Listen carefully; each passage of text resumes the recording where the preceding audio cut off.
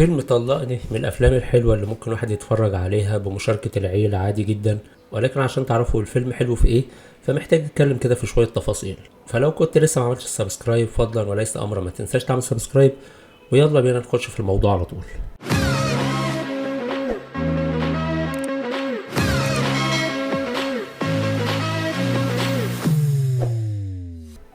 ازيكم جميعا وعاملين ايه؟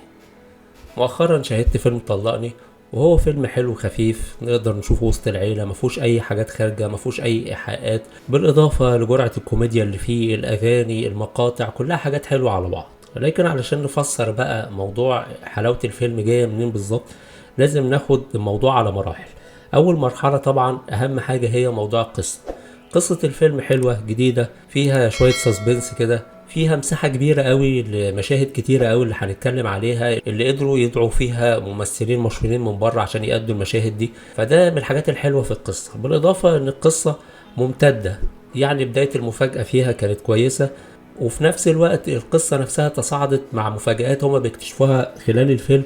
ودي كانت حاجة كويسة، يعني على أساس إن الموضوع ما يبقاش محروق من أوله كده. وتاني حاجة بقى من عناصر جودة الفيلم هو أكيد الممثلين. هنا بقى المفروض نتكلم على ان في ادوار قبل الادوار الثانويه اللي ممكن نطلق عليها مصطلح الادوار الهامشيه. وده مش تقليل لحجم الدور، ولكن لان الادوار اللي ادوها الممثلين دول كان مشهد او مشهدين بالكتير في سياق الفيلم نفسه، وكان غالبا محطوطين في الفيلم على اساس ان هم يضيفوا جزء الكوميديا. ولان المشاهد دي كانت كتيره شويه، فبالتالي كل واحد من الممثلين دول خد مشهد قليل شويه. فعلى رأسهم مثلا بيومي فؤاد، كان دوره متذبذب ما بين الكوميديا وما بين الحكمة. واللي انت لو شلت دوره مش هيأثر في حاجة كتيرة قوي، لان هو ما قالش معلومة جديدة مثلا لابنه كريم محمود عبد العزيز. وكذلك مثلا دور فنان محمود حافظ، كان كويس ومضحك وكل حاجة، ولكن ما كانش فيه مساحة كتيرة ان هو يقول حاجات اكتر من كده. يعني كان دوره كويس، وتوقعت بقى ان انا هسمع كوميديا اول ما دخل بطريقته وكده، ولكن للأسف لان هم عايزين قدامهم مشاهد تانية كتير، فبالتالي ما خدش فرصته. دي كان ممكن يطلع منها حاجات كتيرة قوي. وكذلك مثلا حاتم صلاح، المشهد بتاعه كان مشهد كوميدي جدا، وكان معاه في نفس الوقت الفنانة دنيا سامي. وزي ما هو معروف الاتنين يقدروا يقولوا حاجات اكتر من كده، ولكن بسبب قصر المشهد نفسه فبقالوش حاجات كتيرة. وان كان المشهد بتاعهم زيه زي المشاهد بتاعت الفنانين التانيين، كل مشهد منهم كان كويس قوي. وطبعا مصطفى ابو السريع والمشهد بتاعه كان برضه فيه كوميديا، ولكن اللي غطى عليه هي الاغنيه بتاعت احمد سعد، واللي انا شايف ان هي من احسن الاغاني اللي قدمها الفنان احمد سعد مؤخرا.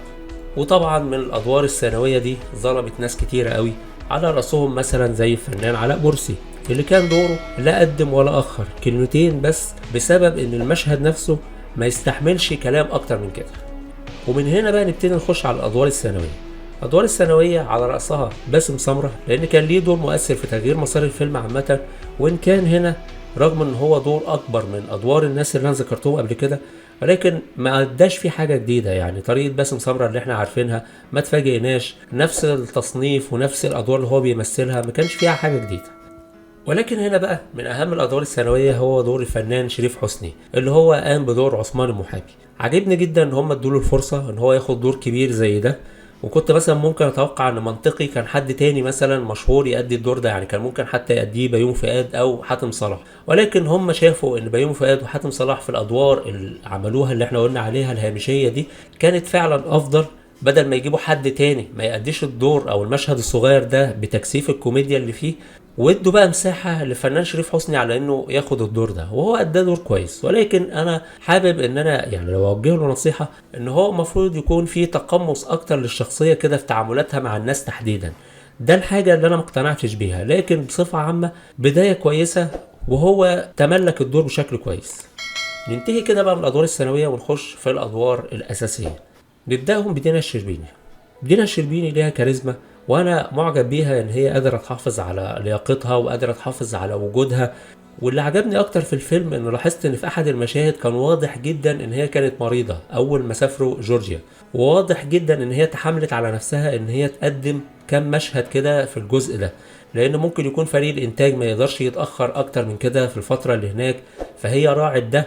او بقى كانت من العكس هم اللي اجبروها على التمثيل، ايا كانت، ولكن كان واضح جدا في ادائها، المرض كان واضح في صوتها. اي حد بيسمع الفيلم وعارف صوت دينا الشربيني هيلاحظ المشهد ده، ولكن يعني للظروف احكام يعني.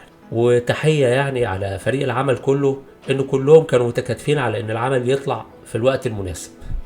واخيرا دور كريم محمود عبد العزيز، انا عاجبني فيه ان هو متواجد بيقدم ادوار مناسبه ليه، شبهه بيغير فيها. ولكن انا حابب برضو ان انا اضيف له نصيحه، ان في ادوار كتير قوي من الادوار الاجتماعيه بقت شبه بعض. يعني من كام فيلم اخير كده ابتدوا يقربوا شويه كده من سكه واحده، مش هنقول تشابه الابطال ولكن تشابه البطل نفسه بتاع القصه، ايا كانت ظروفه ايه بيبقى اداء واحد، تمثيل واحد، مفيش اختلافات جوهريه. فاتمنى الموضوع ده يتطور شويه علشان الناس ما تخلطش ما بين الاعمال اللي هي جايه ورا بعض كده.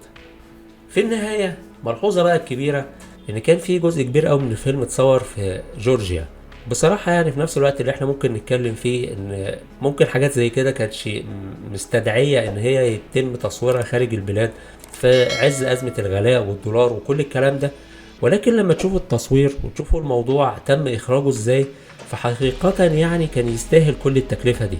التصوير كان كويس قوي، ابرز جماليات البلد بشكل حلو قوي. الحاجات دي في ناس كتيرة ما بيقاش عندها فرصة ان هي تشوف البلاد التانية عاملة ازاي. فلو احنا بنقول ان في دور ايجابي للافلام، اعتقد ان ده احد الادوار الايجابية، ان احنا نفرجهم الدنيا عاملة ازاي، ازاي الناس دي بتحافظ على بلدها. اكيد مش كل حاجة على الحكومة، في ادوار كتيرة قوي لاهل البلد ان هم يحافظوا على نظافة المكان، على ترتيبه، على التنسيق، علشان بلادهم تطلع حلوة زي اللي احنا شفناها في البلاد اللي بره دي. فعشان كده رغم ان الجزء ده يبان عليه ان هو متكلف كتير، ولكن عجبني قوي ادراجه في الفيلم. واتمنى ان الفكرة دي من غير تكاليف كتير تكون موجودة في افلام كتيرة، بحيث ان هي تساعد المشاهد البسيط ان هو يتمنى ان بلده تكون بنفس الشكل ده. في النهاية لو الحلقة عجبتك متنساش تعمل شير عشان الناس كلها تستفيد من المعلومات دي. في نفس الوقت تعمل سبسكرايب وتابعنا على الفيسبوك والتيك توك والانستجرام عشان تبقى اول واحد يتابع الحلقات الجاية. شكرا.